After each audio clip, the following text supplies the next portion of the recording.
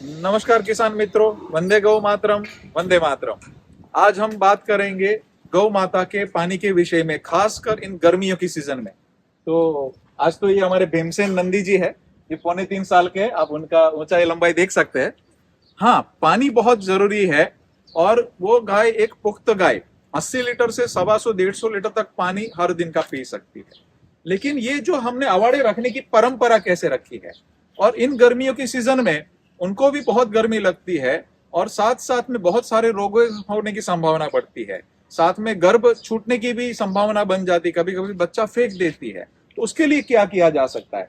तो शुद्ध साफ पानी और थोड़ी ठंडक प्रकृति वाला पानी। तो बिल्कुल ये गौ माता पहले ब्यात की है। आप ये देख सकते हैं, 2.5 साल की उम्र की है। इनकी क्या साइज हो रही है। तो हमने अच्छे से उनको खिलाया। तो ऐसा होता है। ये विद्या करके गौ माता है। ये 3.5 साल की है। हाँ। तो ये आप देख सकते हैं कि ये वाला संबंध, प्रेम वाला संबंध भी आप ज्यादा बनाइए, वो ज्यादा अच्छा होगा। तो ये विद्या गौ माता के लिए हमने पानी क्या किया है, तो आप देख सकते हैं कि ये पानी का अवाड़ा हमारा है, और उसके अंदर औषधि है। ये इसको बोलते हैं गुजराती में सुगंधी वाला खस। और ये सबसे बड़ा इसका गुण है कि ये गर्मियों में भी पानी को ठंडक प्रकृति वाला बना देता है। और जो पेट के अंदर हमको एसिडिटी होती है, ऐसे गाय के भी अंदर कोई भी अगर गर्मी है ज्यादा, तो ये शांत कर देती है। और इसकी खासियत ये है कि 2 से 3 घंटे में ही ये अपना गुण पानी में छोड़ना अच्छे से चालू कर देता है। तो ये पित्त को भी शमन करेगा, वात को भी शमन करेगा। मतलब गैस वगैरह की प्रकृति के लिए भी बहुत लाभदायी है, और पित्त के लिए भी बहुत शांति देता है। तो ये पीने से उसके अंदर समझ कह सकते कि टेम्परेचर मेंटेन करना, ज्यादा प्यास लगती है उसका भी शमन होना। तो ये एक तृष्णा को शांत करने वाला आयुर्वेद में इसको बोला गया है। तो ये हम क्या करते हैं, ये अंदर डाल दिया और इसके ऊपर एक पत्थर रख दिया। बस हर रोज या एक ने एक दिन छोड़ के इसको पानी में रख दिया, और ये अपना गुण छोड़ता रहेगा, और पानी सुगंधी हो जाता है। आप खुद महसूस करेंगे, नाक के पास रखेंगे ना, तो ये पूरा अच्छे से सुगंध छोड़ता है। तो ये गर्भ अंदर जो गर्भधारिणी गाय है, उनके गर्भ को भी अंदर शांति मिलेगी, खुद को शांति मिलेगी। पानी को अच्छे से वो ठंडक प्रकृति का बनाएगी, पित्त शामक बनाएगी, गैस नहीं होने देगी, पाचन बढ़ाएगी, और ये दूध भी बढ़ा सकती है, ऐसा उसका गुण है। तो बिल्कुल इस प्रकार की औषधियां बहुत कम खर्चे में पूरी गर्मियों की सीजन में आप देंगे, तो ये सरल कुदरती उपचार है, प्राकृतिक उपचार है, बहुत सरलता से होता है। दूसरा, ये खस का सबसे बड़ा गुण है कि ये दाहर है। मतलब वो जलन कहीं पर भी हो रही है, या जलन से जो नुकसान हुआ है उसको भी शमन करता है। दूसरा, इन गर्मियों की वजह से जुलाब वगैरह जो भी दिक्कतें होती है उसमें भी शांति करता है। और इसका सबसे बड़ा और एक गुण है, दिमाग के अंदर जो गर्मी का जो दुष्प्रभाव होता है, नर्व सिस्टम में ये मदद करता है। तो कितने सारे फायदे हैं ये हमारे खेत के समाधान के। तो बिल्कुल ये गौ माता और मनुष्य दोनों के लिए फायदा। ये खस के शरबत भी मार्केट में मिलते हैं मनुष्य को पीने के लिए, बट इस प्रकार का खस आपने अपने मटके में डाला तो भी आपको अच्छे से गुण मिल जाएगा। और ये तैरेगा, देखो पानी में तो तैरता है। उसके लिए हम लोग क्या करते हैं कि इसको हम लोग ऐसे एक पेवर या कोई पत्थर लगा के रख दिया, बस सिंपल। तो वो खस आराम से अंदर टिक जाएगा और अपना गुण छोड़ता जाएगा। तो सरल समाधान ढूंढना है, और सरलता से ही हमें हमारे समाधान को आगे बढ़ाना है। धन्यवाद। तो ये बड़े भाव से पानी पीती है। दूसरा, ये चूना है। तो ये चूना हमने हर एक ने एक दिन पे करते हैं। तो हम आप देख सकते हैं कि अभी गर्मी की सीजन में पानी भी टेम्परेचर मेंटेन रहता है। तो गर्मी में ठंडा रखता है, ठंडा में गर्म रखता है।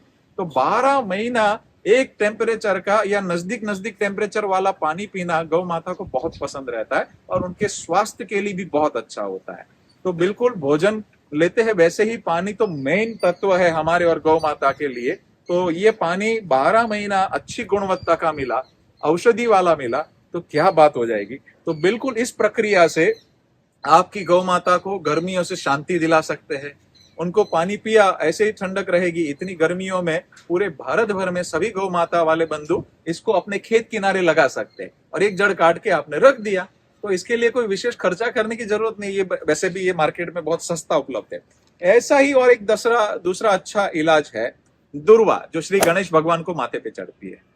दूर्वा का उपयोग जैसे ही आपने थोड़ा खाने में डाल दिया, तो दूर्वा ठंडक प्रकृति कर देती है। कफनाशक भी है, पित्तनाशक भी है, और गर्भ को वो अच्छे से ठहराती है। तो वो बहुत ही अच्छे सप्त धातु पुष्ट करने में भी दूर्वा मदद करती है। इनफर्टिलिटी को भी मदद करती है दूर्वा। ऐसे ही गर्मियों के अंदर जो तृष्णा की मैंने बात करी कि प्यास को शांत करना, प्यास तो बुझाना, प्यास तो पानी तो लिया, लेकिन फिर वो अच्छे से स्टेबल रखना और मन को शांति देना, उसका भी काम दुर्वा करती है। साथ साथ में दुर्वा के कई गुण है उसके अंदर, तो पित्त शामक है, वैसे कफनाशक भी है। उसी प्रकार गौ माता के लिए उसके औषधीय गुण बहुत बड़ी मात्रा में होते हैं। अगर आपको घाव लगा, गौ माता को लगा, उसकी चटनी बना के भी अच्छे से लगा सकते हैं। उसी प्रकार ये गौ माता हो या नंदी हो, सबकी इनफर्टिलिटी को समाधान करने वाला दुर्वा को बताया गया है। तो इस प्रकार दुर्वा हर खेत में आपको, हर भारत में, पूरे हर जगह पे मिल जाएगी। भारत के हर खेत के आजू बाजू दुर्वा लगभग मिलती ही मिलती है। तो देसी दुर्वा श्री गणेश भगवान को माथे चढ़ती है। तो पुरुष या स्त्री, इवन मनुष्य के अंदर, उसकी हर रोज 100 ग्राम की चटनी पानी के साथ मिक्सी में मिला दीजिए, कपड़ा छान करके पिए हर रोज खाली पेट, और उसके 2 घंटा खाना नहीं, तो 90% प्रश्न आपके ऐसे ही समाधान हो जाएंगे। जो आज मासिक धर्म के बहनों के प्रश्न पूरे भारत भर में है, तो मैं सभी बहनों को विनती करता हूं, ये आपके बाजू बाजू के एकदम साइड इफेक्ट के बिना का सरल समाधान है। तो सबके हार्मोन को बैलेंस करने में दुर्वा का बहुत बड़ा रोल है। एक बहुत ही उच्च औषधि गुण वाली औषधि है ये। इसलिए मेरी विनती है कि उनको वंदन करके गणेश भगवान को माथे पे चढ़ा के उस दुर्वा का आप खुद मनुष्य भी उसके ऊपर उपयोग कर सकते हैं। तो दुर्वा का 2 तरीके से उपयोग कर सकते हैं कि आपने काट के उसको हर रोज आधा किलो से 1 किलो खिला सकते, 200 ग्राम भी खिला सकते, तो गाय को वो उसके गुण अच्छे से मिल जाना चाहिए। दूसरा, इन गर्मियों में गर्म प्रकृति के खुराक नहीं देने चाहिए, जैसे बाजरा है उसका नहीं डालना चाहिए। तो अच्छा से अच्छा भोजन के अंदर एक चीज बहुत अच्छी चीज है, वो है जौ, बार्ले।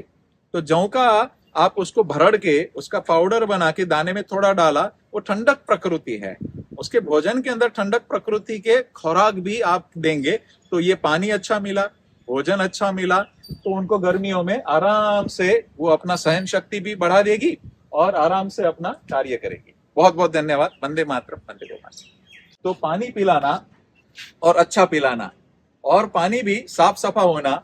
हर एक ने एक दिन पे हम लोग चूना लगाते हैं औषधि में। तो चूना का सबसे अच्छा गुण क्या है? एंटी बैक्टीरियल है, एंटी फंगल है, और उसके अंदर से न्यूट्रिशन आते हैं, उसके अंदर से कैल्शियम की कुदरती स्वरूप में आपूर्ति हो जाती है। इसी प्रकार में चूना का एक और गुण है कि वो जल्दी से वो इल्ली बिल्ली बाजने नहीं देते हैं। तो एक ने एक दिन पे हम लोग चूना यहाँ पे लगाते ही लगाते हैं। तो मनुष्य को चूना नहीं लगाना है, पानी के अवाड़े को लगाना है, खेती में लगाना के व्यवस्था है उसकी अलग प्रावधान है, गौशाला में लगाने का अलग प्रावधान है। तो ये चूना बहुत ही औषधीय गुण वाला चूना होता है। दूसरा, चूना टेम्परेचर मेंटेन तो करता ही है, साथ साथ में बहुत सस्ते समाधान में से एक है। 4-5 रुपए किलो आता है। तो उसको करना कैसे है?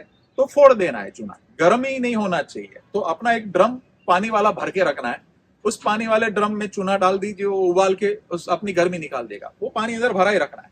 तो 12 महीना उसी में पानी नया डालते जाएंगे, वो चूना तो खराब होता ही नहीं है। उसमें से जब चाहिए तब बाल्टी निकाल के, ये पानी निकाल के उसकी पोछा लगा देना है, और पोछा लगा के 2 घंटा उसको सुखा के देना है, और उसके बाद में नया पानी भरना है। तो उस पानी में चूने का अच्छे से गुण भी आ जाएगा, और ये आपका सबसे सस्ता और सरल समाधान है। ऑटोमेशन बहुत सारे आपने देखे होंगे कि ऑटोमेटिक पानी आ जाता है, उसमें ये चूना वाला काम नहीं कर सकते हैं, तो महंगा भी पड़ता है। आज देखिए हम ये कर सकते हैं अफोर्ड, बट हम लोग ने ये कुदरती रखा है। क्यों? आप देख सकते हैं कि इसमें यहाँ पे एकदम अच्छे से चूने वाला प्रक्रिया हमारा रूटीन है। हमारे सभी वाड़े के अंदर ये चूना की प्रक्रिया रूटीन होगी।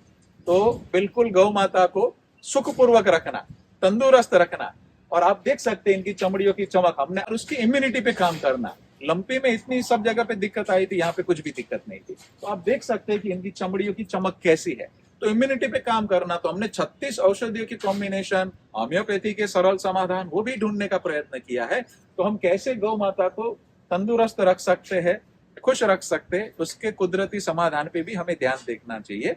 और इन खसका या सुगंधी वाले का और एक गुण है कि वो जो पानी पिएगी और जो खाना खाएगी उसके रेसिड्यूज नैनो फॉर्म में दूध के अंदर आते हैं। तो गुणवत्ता वाला दूध आएगा, गुणवत्ता वाला गोबर और गौमूत्र भी आएगा। तो हम कई प्रकार की औषधियां गौ माता को उसके भोजन में देते हैं, तो उसके गुण नैनो फॉर्म में आते ही है। तो ऐसा ही हम लोग को बहुत गहराई में सोच के कार्य करना है। इसी प्रकार जो भीमसेन आपने अभी देखा था, उसका आप देख सकते हैं ये फोटो कि ये अपनी माता को दूध पीते पीते कितनी बड़ी साइज का हो गया था, और आज भी ये कितना साइज का हो रहा है। तो हमारा भाग्य है कि ऐसे अच्छे अच्छे नंदी और गौ माता की हमें सेवा करने का मौका मिल रहा है। तो आइए अच्छे से सेवा करते हैं गौ माता की। इसको इस प्रकार की सुविधा देने के लिए कोई विशेष खर्च नहीं करना पड़ता है। तो हमें हमारे समाधान की तरफ सिर्फ कार्य करना है और सही दिशा में कार्य करना है।